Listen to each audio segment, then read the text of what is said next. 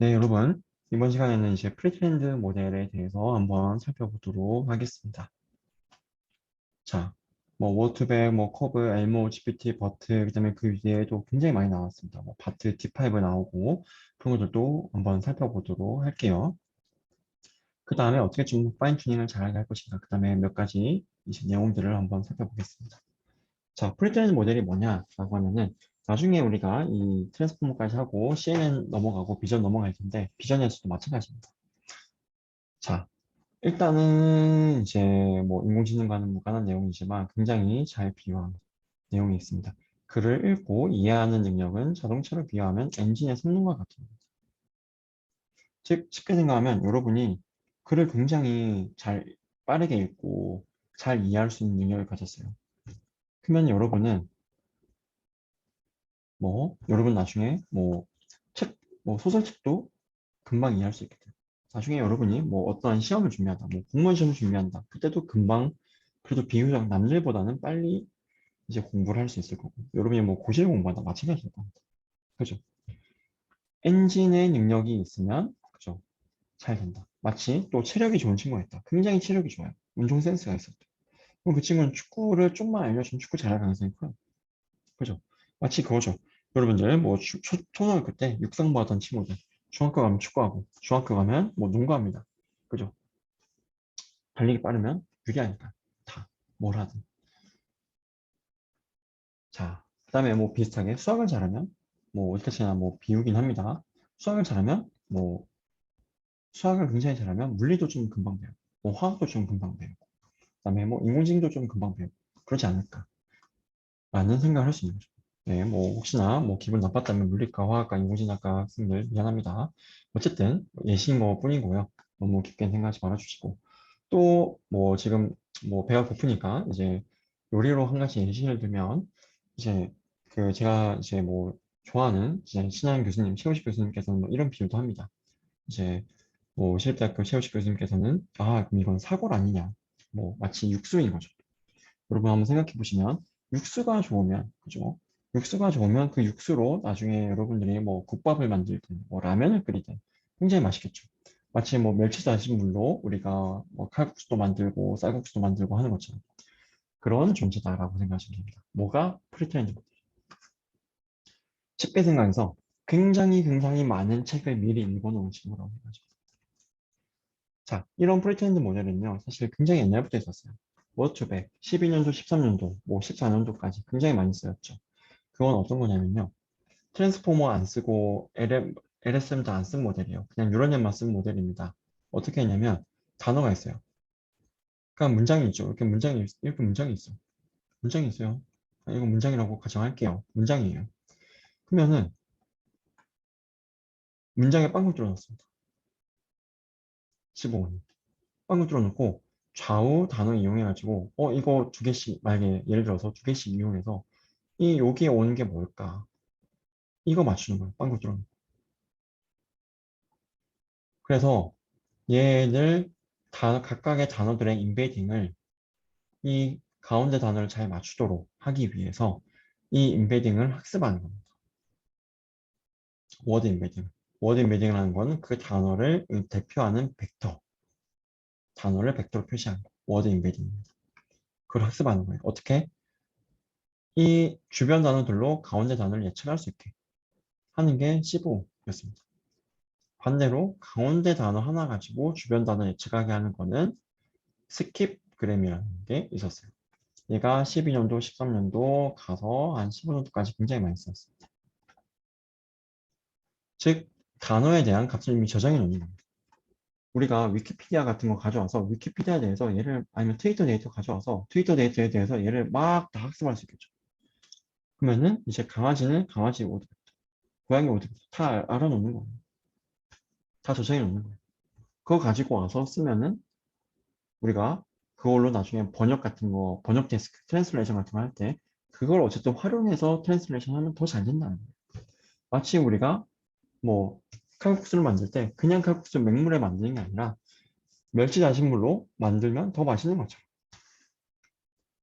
자, 근데 이제 앞에 거는 한계가 있습니다. 어떤 한계가 있을까요? 생각해 보세요. 은행이라고 하면은 우리가 뭐 그 뱅크의 은행인지 아니면 이제 은행나무의 은행인지 돈 빌려주는 은행인지 알 수가 없어요. 공금 이어 같은 건 처리 안 됩니다. 그런 걸 하기 위해서 나온 게 코브입니다. contextualize라는 말이 처음 나와요. contextualize라는 말은 맥락을 고려한 워드벡터라는 거예요.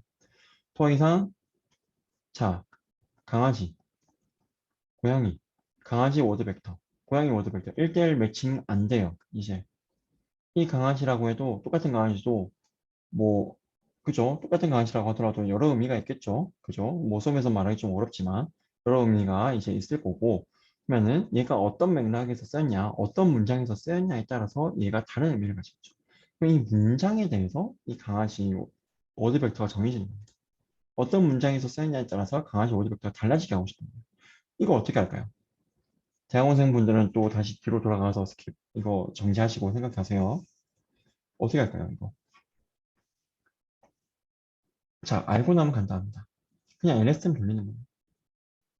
그냥 LSM 돌리는 거예요. 왜? 문장이 있다. 그리고 여기 위치에 강아지가 있어요. 뭐, 나는 참 강아지가 좋아. 그러면 여기 나와 있는 강아지, 우리가 알고 있는 그 좋은 의미의 강아지겠죠. 그죠? 그러면은 요거 LSM 돌려가지고 그때 나오는 히든 또는 아웃 값을 이 강아지 워드벡터로 쓰는 겁니다. 아시겠죠? 그죠?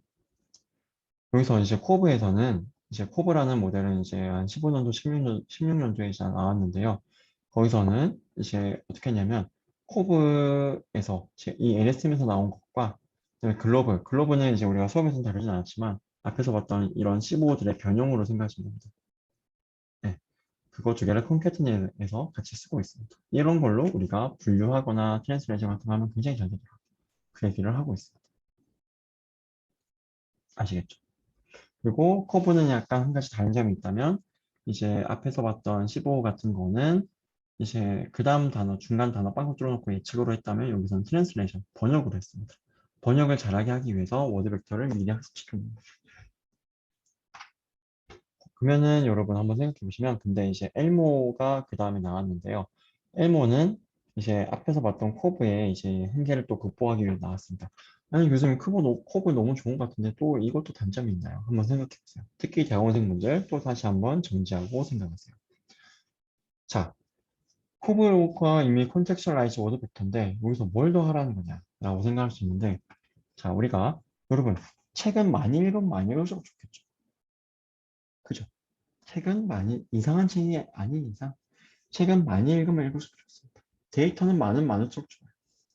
근데 여기서는 코브는 뭘로 학습했어요? 트랜스레이션으로 학습했습니다. 트랜스레이션 하려면은 요새는 뭐 그 꼭 이 문장과 이 문장의 페어가 없어도 할 수는 있어요. 트랜스레이션 할 수는 있지만 기본적으로 어쨌든 우리가 이제 다른 언어로 트랜스레이션 한다는 말은 영어 이 문장에 대해서 한국어 이 문장이 정답입니다라는 페어 데이터가 어쨌든 있어야 되는 거예요. 기본적으로. 없게도 할 수 있지만 기본적으로 있어야 됩니다. 즉 그 말은 그런 페어 데이터가 있어야 된다는 거고 페어 데이터는 비싸겠죠. 왜? 어쨌든 번역가들의 그 번역 결과를 필요한 거니까. 그러면은 많이 못 먹습니다.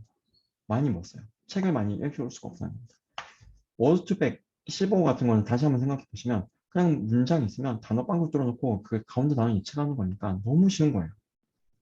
아, 쉽다. 죄송합니다. 쉽다기보다는 굉장히 데이터 많이 구축할 수 있는 거예요. 그냥 위키피디아, 트위터 그냥 긁어 모아. 그 다음에 그냥 빵꾸 뚫어. 가운데. 그리고 그 가운데 거 예측하게 해. 그러면 끝나는 거예요. 데이터 무진장 많이 모을 수 있는데 코브는 그게 안 됩니다. 그래서 엘모가 이제 아니 코브 너네 왜 트랜스레이션을 해? 그냥 그 다음 단어 예측으로 가. 그게 엘모입니다. 그리고 바이디렉션 RN을 썼습니다. 그리고 여기서는 이제 딥하게 RN을 쌓았고요. 그다음 첫 번째 RN은 두 번째 RN은 이 각각의 RN들을 우리가 이제 컨캐터넷해서 씁니다. 정확하게는 이제 웨이트 썸을 해서 쓰고 있습니다. 각 레이어마다 좀 더 이제 다루고 있는 이제 앱스트랙한 정도가 다르기 때문에 이제 여기 나오는 히든을 여기서는 이제 써야 된다라고 말을 하고 있습니다. 알고에서는. 자, 여기까지는 RNN이에요. 그 다음에 이제 트랜스포머 계열로 넘어옵니다.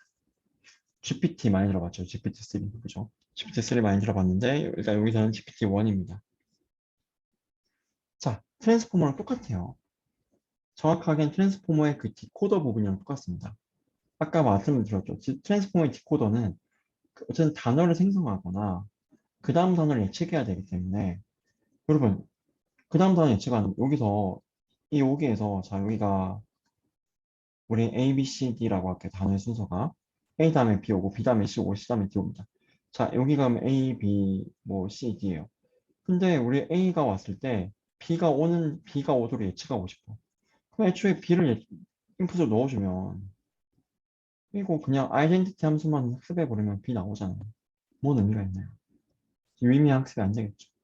마치 그거죠. 그냥 여러분들이 문제를 푸는데, 문제집에서 문제 푸는데, 그냥 맨날 답지 보고 푸는 거야. 답지 가리고 한 번도 안 풀어. 그냥 답지만 보고 푸는 거야. 그러면은 잘 이해 못 하잖아요.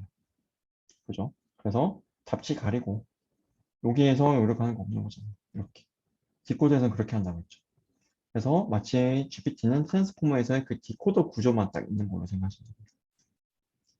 그리고 그거를, 그래서 그 다음 단어 예측으로 가는 거예요. 그 다음 단어 예측. 굉장히 무진장 많은 데이터가 가죠. 그 다음 단어 예측한 는 걸로 트랜스포머의 그 웨이트를 학습시키는 겁니다. 프리트레인 시키는 겁니다. 사전 학습하는 겁니다. 그게 GPT. 버트는 Y 디렉션으로 가는 겁니다. 버트는 요것만 가는 게 여기도 가는 거예요. 여기도 가고. 이렇게. 아니 교수님 일단 얘는 인코더 구조죠. 트랜스포머에서의 인코더랑 비슷하게 생겼죠. 얘는 디코더랑 비슷하게 생겼고 아니 교수님 아니 여기서 결국 얘도 그 다음 단위 예측일 텐데 맞아요. 그 다음 단위 예측 맞습니다. 그 다음 단위 예측인데 미래 단어 가져오면 의미 없다면서요. 이렇게 되는 거예요. 라고 생각할 수 있겠죠. 매우 정확합니다. 굉장히 좋은 질문이에요. 그래서 데이터를 변형합니다. 데이터를 그냥 넣어주는 게 아니라요. 데이터를 이거를 그냥 이렇게 예측하게 E1에서 E2 나오고 또 E2 그대로 넣어주고 E3 나오고 하는 게 아니라 변형을 해줘요. 어떻게 변형한다? E2 자리를 빈칸 뚫어놓고 마스크 이런 식으로. 그래도 우리는 E2 예측해야 돼. 여기는 E3 예측해야 되고 여기는 E2 예측해야 됩니다. 또는 가끔씩은 이거 대신에 완전 다른 단어로 그냥 랜덤하게 바꿔 끼워요. 그래도 우리는 유의미한 제대로 된 단어 예측해야 됩니다. 그런 식으로 변형을 합니다. 그래서 바이 디렉션으로 즉 미래의 단어를 우리가 보더라도 유의미하게 학습이 되는 겁니다. 굉장히 자명한 학습이 되는 게 아니라 유의미하게 어느 정도 난이도를 가진 학습이 됩니다.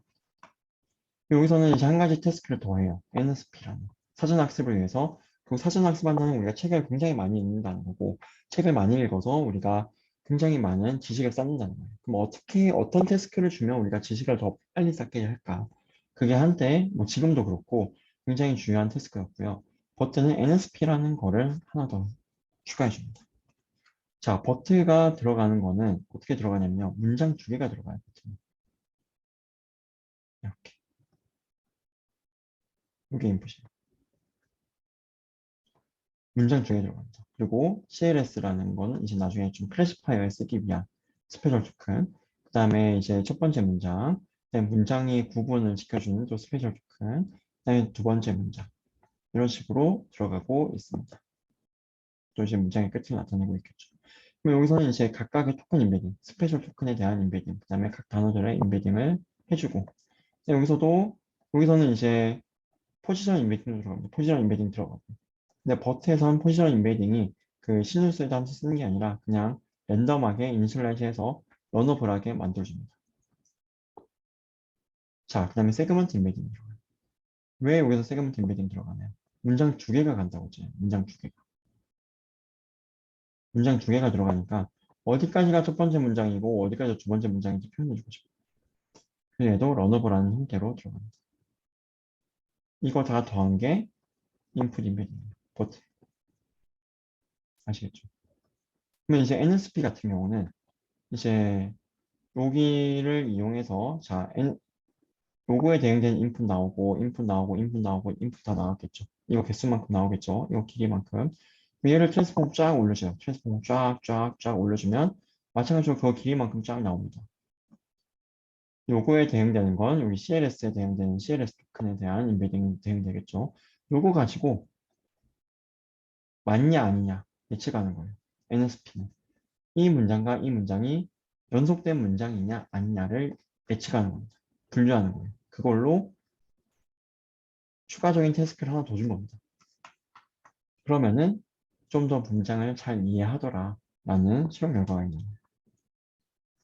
네, 이 버트에 대한 슬라이드는 이제 뭐 저희 연구실에 그 김혜원 학생의 이제 그 자료를 가지고 와서 활용을 했습니다. 네. 그 다음에 이제 변형들, 또 다른 변형 한번 볼게요. 우리가 지금 이제 워드백 받고 프리트랩 모델이 뭔지, 그게 왜 필요한지 받고, 워드백 받고, 커브 받고, 엘모 받고, GPT 받고, 버트 받습니다. 이제는 일렉트라도 한번 볼게요. 자, 일렉트라 같은 경우는 좀 더 이제 논문 E가 이제 결국에는 우리가 어떻게 하면 좀 더 이피션트하게 만들 수 있을까입니다. 네, 이피션트한 좀 랭귀지 모델을 만들고 싶은 건데요. 자, 앞에서 봤던 버트나 GPT는 각각의 토큰을 우리가 이제 버트 같은 경우 특히 각각의 우리가 토큰을 랜덤하게 마스킹 씌워준다고 했죠. 이런 게 있으면 이제 각각을 우리가 마스킹 씌워주고, 그죠? 그다음에 각 마스킹에 대해서 그다음에 얘네들도 어떤 단어가 오는지 우리가 맞추는 겁니다. 자, 근데 한번 생각해 보시면 단어 개수가 보통 한 3만 개 잡아요. 단어 개수는 더 늘릴 수도 있고, 단어 복화 개수, 전체 복화 개수, 유니크한 단어 개수 3만 개 잡습니다, 보통. 그러면 여기는 3만 개 중에 나중에 이제 우리가 그 다음 단어 예측할 때 3만 개 중에 하나 예측해야 되는 거예요. 3만 개 중에 하나. 소프트맥스 3만 개 중에 하나 한다는 거죠. 아니면 시뮬러티 3만 개 중에 하나, 다플로트 3만 개 다 구해야 된다는 겁니다. 근데 여기 일렉트에서는 어떻게 하냐면요.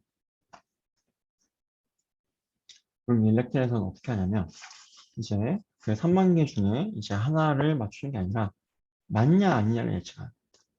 자, 그림을 말씀드리면 이렇게 문장 주셨어요. 마우스 키 씌우는 거 똑같아요. 마우스 키 씌우는 거 똑같습니다. 근데 여기서 작은 랭귀지 모델 하나 만들어요. 예를 들어서 뭐 그냥 원래 이제 버트 라지 같은 경우는 버트 모델, 버트 이거 라지 같은 경우는 얘가 24레이어까지 가요. 얘는 24번 쓴다는 겁니다. 근데 얘를 만약에 뭐 버트 한 2레이어 가져와요. 버트 2레이어. 단순 계산만 해도 12분의 1만큼 연산이 안 되는 거죠. 단순 계산했을 때. 그러면 이제 작은 랭귀지 모델 하나 가지고 오고, 그러면 이제 그걸로 마스크를 딱 우리가 생성해 줍니다. 인위적으로 생성한 거죠. 실제와는 뭐 같은 것도 있을 수 있고, 다른 것도 있을 수 있고. 그죠? 그러면 이제 얘를 우리가 또 언어 모델에 한 넣어요. 얘가 일렉트로닉 언어 모델에 넣어요. 근데 이때는 뭐 버튼은 똑같다고 생각하셔도 됩니다. 똑같은데 아웃풋이 달라요. 아웃풋이 더 이상 이제 그 다음 토큰 예측이 아니라 얘가 원래 있던 토큰이냐 아니면 마스크의 어떤 토큰, 마스크였고 원래랑은 다른 걸로 리플레이스가 된 토큰이냐를 1 또는 0만 맞추는 겁니다. 바이너리예요. 이제 3만 개 중에 하나 맞춘 게 아니라 2개 중에 하나 맞추면 되는 겁니다. 그럼 일단 계산량도 빠르고 수렴도 또 빨리 할 수 있는 거예요. 문제가 쉽습니다. 그리고 얘를 씁니다. 얘는 가벼운 거예요. 왜? 얘가 무거워버리면 앞에랑 다를 게 없어요. 그 다음 단어 하나씩 다 예측해야 되는 거니까. 단어 3만 개 중에 하나 골라야 되는 거니까. 소프트맥스 연산도 오래 걸리고, 결국에는 이제 그 그라디언트 백프로퍼게이션도 오래 걸리고, 수렴도 오래 걸리고. 그죠? 난이도가 어렵기 때문에. 얘는 이제 가장 간단한 걸로 만들어 놓고, 최소한으로 하고, 얘는 이제 무거운 걸로 해도 어차피 이 연산 자체가 이 이제 1 또는 0 맞추는 이 태스크 자체가 굉장히 쉽고, 그냥 우리가 더 이상 이제 우리가 찾아야 되는 게 3만 개 중에 하나가 아니라 2개 중에 하나이기 때문에 더 빨리 연산이 된다는 겁니다. 그래서 빨리 수렴하고 빨리 연산이 된다. 그래서 보다 에피션트한 걸 만들 수 있다. 얘를 결국 최종적인 나중에 랭귀지 모델로 씁니다. 얘가 인렉트. 그다음에 이제 바트. 굉장히 또 참신한 모델이 하나 나옵니다. 자, 인렉트까지는 어쨌든 인코더 하나냐, 디코더 하나냐예요. 근데 트랜스포머는 인코더도 있고 디코더도 있었죠. 그래서 봤을 때. 그죠? 근데 버튼은 인코더 하나. GPT는 디코더 하나입니다. 일렉트라도 뭐 인코더 하나 또는 디코더 하나예요. 근데 바트라는 거는 얘가 결국 버트, 얘가 GPT, 얘는 바트. 자, 버트라는 거는 결국 이제 바이디렉션이에요. 바이디렉션.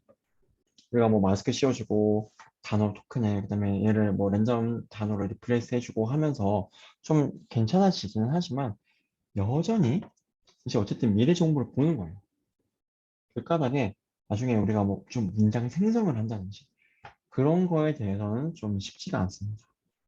먼 이제 긴 타임 스텝에 대한 센텐스, 시퀀스를 제너레이션 하는 거는 비교적 떨어진다고 알려져 있습니다. 자, GPT 같은 경우는 이제 바이디렉션은 아니고 이제 그죠. 지금까지만 딱 보고 그 다음 거 예측하고 또 지금까지 딱 보고 예측하고 하니까 좀 비교적 긴 거를 이제 고려할 수는 있어요. 근데 좀 또 바이디렉션은 아니다 보니까 좀 이제 맥락 정보를 파악하기에 좀 문제가 있다. 그래서 바트는 그러면 우리는 그냥 두 개 다 쓰면 안 돼? 라는 거예요. 얘가 바트입니다. 인코더도 있고 디코더도 있어요. 그냥 트랜스포머죠. 사실. 그죠? 굉장히 이제 참신한 또 발상의 전환입니다. 자, 이렇게 하면은 이제 여러 가지가 좋아요. 어떤 게 좋냐면 첫 번째로는 아까 앞서 말씀드린 대로 얘는 그러면 여기다 인코더는 바이디렉션이니까 좀 더 맥락 정보를 잘 파악할 수 있고 디코더는 또 바이디렉션이 아니라 이제 유니디렉션이에요. 한 방향으로만 가는 겁니다. GPT처럼. 나중에 우리가 뭐 여러 가지 태스크를 다 잘할 수가 있게 되는 거예요. 이제 문장 생성 같은 것도 다 잘할 수가 있게 되는 거죠. 그죠? 이제 그거를 이제 해주고 또 두 번째 장점 뭐냐면 데이터 오그멘테이션을 우리가 좀 더 자유롭게 할 수가 있습니다. 이제 바트 같은 경우는 다음과 같이 5가지 종류의 데이터 오그멘테이션을 하고 있어요. 이제 여기서는 첫 번째 거는 이제 결국 마스킹 씌워놓고 다시 이해를 예측하게 하는 겁니다. 자, 여기가 점이 문장이라고 생각하시면 문장. A, B, C가 한 문장, D가 한 문장. 얘가 이제 그라운드 트루 이 문장이 있다고 할 때 우리는 인풋으로는 또 여기 랜덤하게 토큰을 마스킹 씌워줘서 A, B, C, D를 예측하게 만들어주는 거 하나 있고 토큰 딜리전은 이제 애초에 그냥 I 지우는 거예요. I 지우는 거. 애초에 얘가 애초에 AC였는지 ACE였는지 아니면 원래는 A, B, C, D였는데 B랑 D가 지워져서 얘인 건지 알 수도 없는 거예요. 그건 알 수 있는 건 토큰 마스킹이고 얘는 이제 그러면은 얘는 아 여기가 원래 있었는데 비워졌어 라는 그런 스페셜 토큰 마스크를 넣어주거든요. 근데 그거 없이 그냥 아예 지워버리고 넣어주는 거. 그래도 얘를 우리가 디코더에서 만들어야 됩니다. 이런 것들이 가능하다는 거예요. 왜? 인코더랑 디코더가 분리되니까 인코더에서는 길이가 만약에 3이었어도 디코더는 길이를 더 길게 가져갈 수 있는 거예요. 여러분 한번 생각해 보시면 버트 같은 거 지금 인풋 길이랑 아웃풋 길이랑 똑같아요. 인풋이 애초에 이 A, B, C밖에 없었어. 그럼 아웃풋은 그대로 길이 3일 수밖에 없어요. 더 길 수가 없어. 근데 여기서는 인코더, 디코더 구조를 따로 가져가니까 인코더의 길이랑 디코더의 길이는 달라도 되거든요. 그러면 이런 AC 같은 이런 토큰 딜리션과 같은 이런 것도 할 수 있는 거예요. 그렇죠? 그럼 센텐스 포미테이션은 이제 말 그대로 그냥 센텐스의 순서를 랜덤하게 바꿔줍니다. 그래도 ABCD 맞추고 우리는 이걸로 보고 나오고 싶은 거고요. 도큐먼트 로테이션이라는 거는 이제 도큐먼트 하나 이제 여기서 이제 그 토큰 하나 딱 찍고 토큰 딱 하나 찍고 그 토큰으로 시작하는 하나 문장 하나 만들어주고 나머지 또 이제 가는 겁니다. 여기서 이제 도큐먼트의 시작을 좀 구분하도록 하기 위해서 이제 그런 걸 이해하도록 하는 바트를 만들기 위해서 하는 거고 얘가 들어와도 다시 ABCD를 복원하도록 만들어줍니다. 그럼 텍스트 인필링 같은 경우는 이것도 재밌는 테스트인데 이제 여기서는 교수님 토큰 마스킹이랑 똑같은 거 아닌가요? 라고 생각할 수 있는데 일단 여기서는 그 단어 하나를 이제 마스킹 해주는 게 아니라 이제 포화성 분포에서 포화성 분포는 이제 뭐 대충 이렇게 생겼고 포화성 분포는 정역이 이제 정수입니다. 자연수입니다. 영어를 포함한 자연수. 여기서 포화성 분포에서 값을 하나 샘플링이다. 그러면 이제 보통 이제 어쨌든 여기에 몰려 있긴 한데요. 포화성 분포에서 이제 값을 샘플링하고 그러면 이제 값이 한 3이 나왔다. 0과 자연수가 이제 정역이니까 0과 자연수 중에서 값이 한 샘플링 되는 겁니다. 3이 샘플링 됐다. 그러면 연속된 단어 3개를 지우는 거예요. 그게 텍스트 샘플링. 아시겠죠? 그리고 다시 ABCD 보고 난 이런 파트 태스크도 있다. 자, 그 다음에 T5도 있어요. 이제 이렇게 인코더, 디코더 구조가 성능이 잘 나오니까 그걸 기반으로 해서 이렇게 T5도 나오게 됐습니다. T5는 이제 다음과 같은 text to text transfer transformer라는 약자입니다. T가 5개 있어서 T5라고 부르는 거고요. 굉장히 또 유명한 논문입니다. 이거는 이제 뭐 JMLR이라는 저널에 실린 논문이고요. 이것도 마찬가지로 인코더, 디코더 구조입니다. 네, 마찬가지로 인코더, 디코더 구조인 거고, 얘는 이제 전 처리가 끝나고 난 후에 750기가 데이터를 가지고 학습했습니다. 굉장히 큰 걸로 학습했죠. 그 다음에 이제 여기서는 이제 좀 사실 프리트레인 과정에서는 바트랑 이제 T5랑 프리트레인 전략 자체는 크게 다르진 않아요. 혁신적으로 다르진 않고요. 뭐 데이터라든지 모델의 구조 약간씩은 다르지만 다만 이제 파인 튜닝 할 때 약간 다릅니다. 나중에 이제 다루게 될 텐데요. 우리가 파인 튜닝이라는 걸 다루게 될 텐데 프리트레인 된 걸 가지고 와서 얘를 가지고 실제로 그럼 번역도 잘하고 싶어요. 왜? 우리가 결국에는 이 단어 복원하는 게 우리의 주요 태스크가 아니잖아요. 트랜스레이션 잘하고 싶은 거고, 문장 분류 잘하고 싶은 거고, 그런 걸 잘하고 싶은 거예요. 문장, 그죠? 그랬을 때 그런 거를 좀 더 잘할 수 있게 도와주는 전략을 제안해 줍니다. 이제 쉽게 생각하면 인코더에다가 이거는 영어에서 독일어로 가는 거야 라는 이런 명령을 넣어줘요. 추가해주면 이런 명령을 추가해주고 영어를 넣어주면 디코더에서는 알아서 이제 절문으로 번역돼서 나온다는 거예요. 우리가 좀 파인 튜닝 시켜주면 나오도록.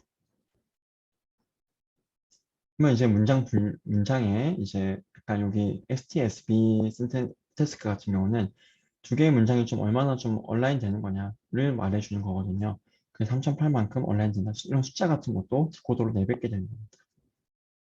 이렇게 해서 그죠. 이렇게 태스크에 대한 인스트럭션을 써주면 이걸로 파인 튜닝하면 파인 튜닝이라는 걸 아직 우리가 안 배웠기 때문에 이건 나중에 보겠습니다. T5가 뭔지만 여러분이 이제 기억을 하시면 또 좋을 것 같고요. 그다음에 이제 며칠 전에 나왔죠. PALM 이제 패스웨이 랭귀지 모델이 또 새로 하나 나왔습니다. 심지어 이제 이걸 5,400억 개의 파라미터를 가지고 있습니다. 굉장히 크죠. 이제 굉장히 큰 거를 이제 다루고 있고 여기서는 이제 인간과 좀 유사하거나 뭐 특정 태스크에 대해서는 인간보다도 더 좋은 성능을 이제 냈다고 말을 하고 있습니다. 자, 여기서는 이제 뭐 일단은 한 가지 이제 특징은 굉장히 큰 파라미터 썼다. 그게 한 가지 일단 특징이 될 것 같고요. 그다음에 좀 패러럴 레이어를 썼습니다. 트랜스포머를 썼는데요. 트랜스포머에서 이게 위에 게 기본적인 트랜스포머고요. 이 아래 게 패러럴 트랜스포머입니다. 즉 여기 나와 있는 MLP랑 어텐션이랑 따로 돌고 있는 거죠. 즉 원래 트랜스포머 같은 경우는 어텐션 블락하고 MLP하고 였다면 여기서는 어텐션 블락하고 MLP 블락하고 그 두 개를 더해주는 패러럴하게 가고 있는 거죠. 그래서 패러럴 제 레이어라고 부릅니다. 이거는 뭐가 좋을까요? 계산량이 계산량은 똑같더라도 훨씬 더 속도는 빠르겠죠. 왜? 얘는 병렬적으로 계산할 수 있으니까. 그죠? 그래서 10% 빨라졌다라는 말이 있고, 그 다음에 좀 특수하게 액티베이션 함수로 3GLU를 썼습니다. 3GLU는 이제 스위시라는 액티베이션과 GLU라는 이제 게이티드 리니어 유닛 두 개를 이제 결합을 한 건데요. 얘가 20년도쯤에 이제 트랜스포머에 이걸 쓰면 성능이 올라가더라라는 논문이 있었습니다.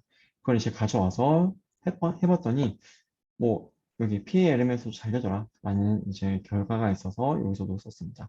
네, 스위 젤로에 대해서 스위 이제 GLU 한번 보면은 스위시 함수에다가 이제 얘를 마치 이제 게이트처럼 스위시 액티베이션을 게이트처럼 써가지고 게이티드 리니어 유닛을 한 건데요.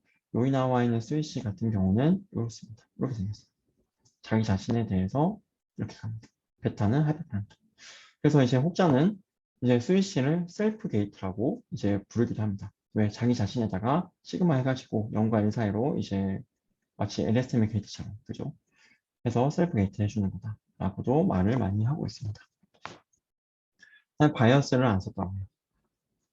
네, 그 다음에 약 이제 1000만, 10만, 25만 개 정도의 복합 사이즈를 썼습니다. 그랬을 때 이제 구글 AI 블로그에 이제 나와 있는 그림을 가져왔는데요. 여기 이 논문에서 8빌리언, 굉장히 크죠. 80억 개입니다. 620억 개, 5,400억 개. 파라미터 개수가 늘어나면 늘어날수록 성능이 올라가더라. 이 원의 크기가 성능을 의미하고 있습니다. 그거를 말해주고 있습니다.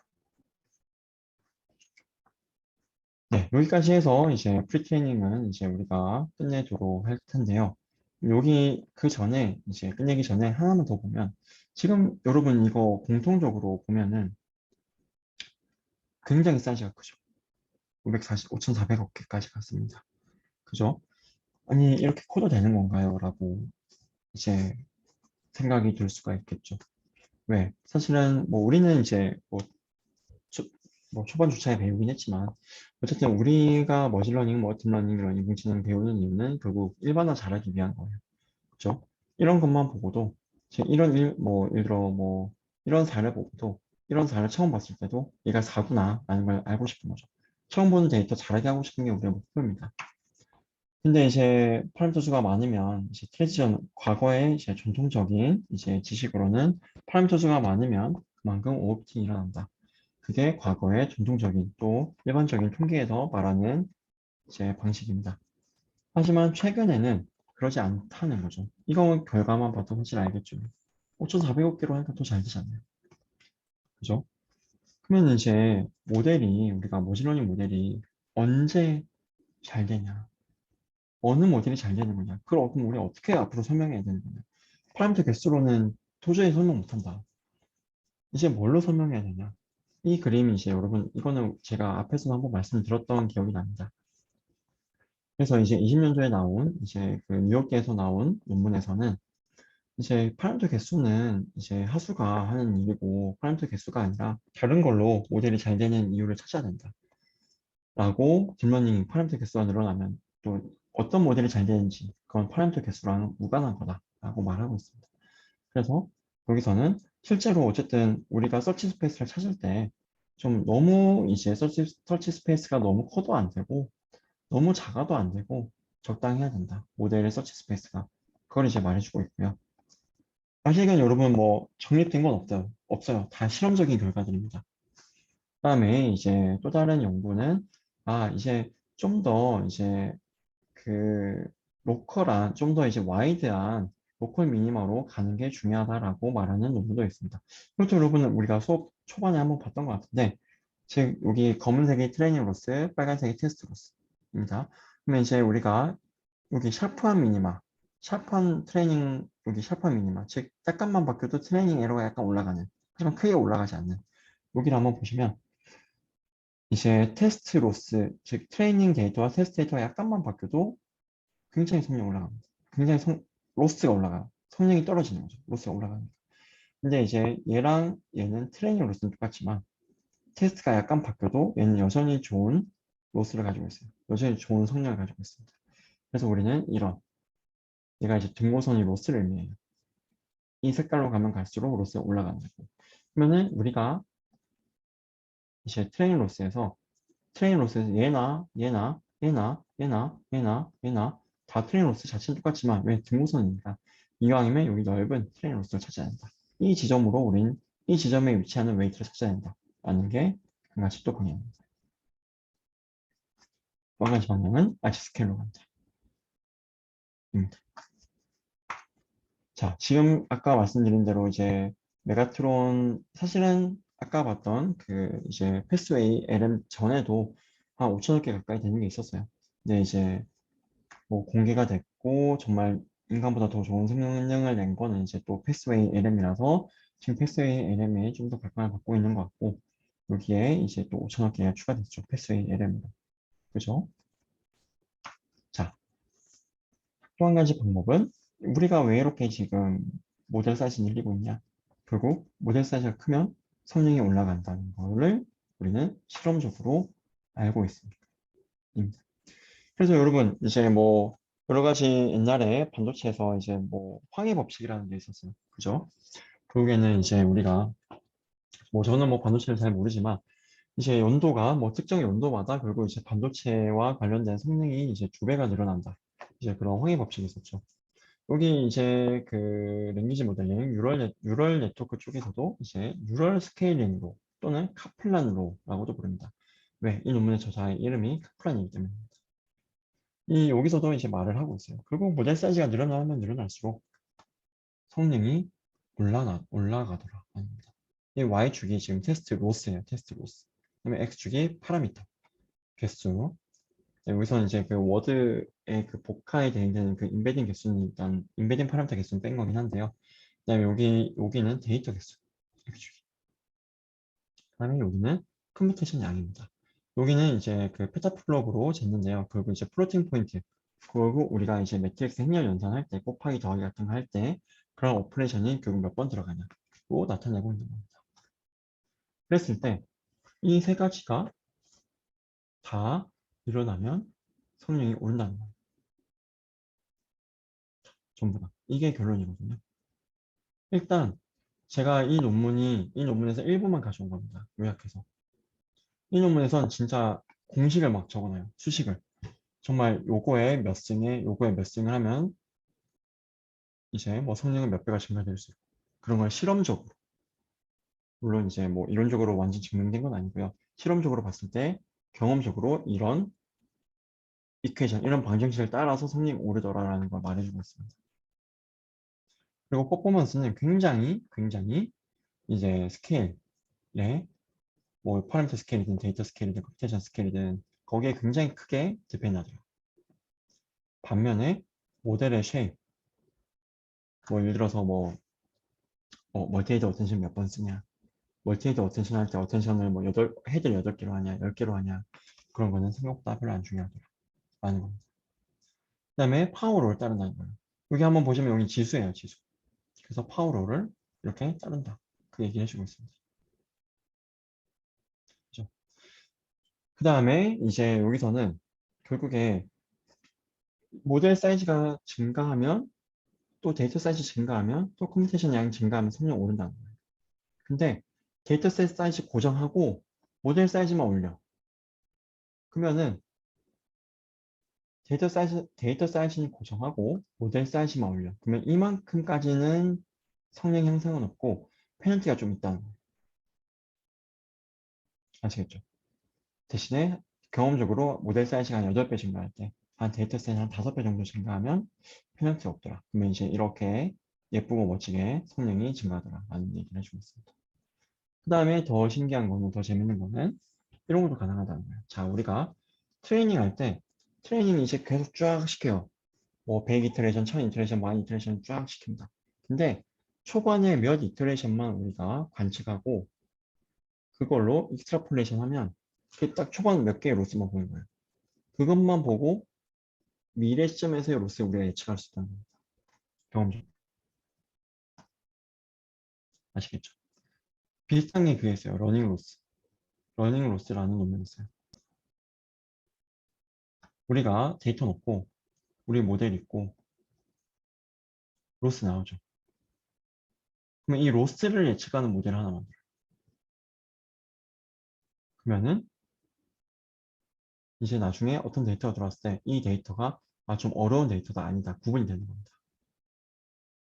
그런 러닝 로스 논문도 존재합니다. 약간 그거랑 같은 궤를 하고 있다고 저는 생각을 하고 있고요.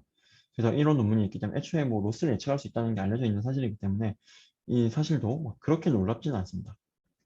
되게 그럴싸한 것 같고요. 신기하긴 합니다. 하지만 그다음에 이제 마지막은 라지 모델이면 스몰 모델보다 더 이피션트 하더라고요. 더 적은 데이터를 쓰고도 더 적은 옵티마이제이션 스텝을 가더라도 비슷한 레벨의 성능이 나온다는 거예요. 작은 모델. 완전히 지금 반대되고 있는 얘기를 하고 있는 겁니다. 어디에서? 딥러닝에서. 네, 다음 시간에는 이제 그러면 프리트레이닝 모델을 우리가 가져와서 즉 예쁘게 멋지게 맛있게 만들어진 육수 가지고 와서 그걸로 어떻게 더 좋은 요리 만들 거냐 쉽게 그거를 보도록 하겠습니다.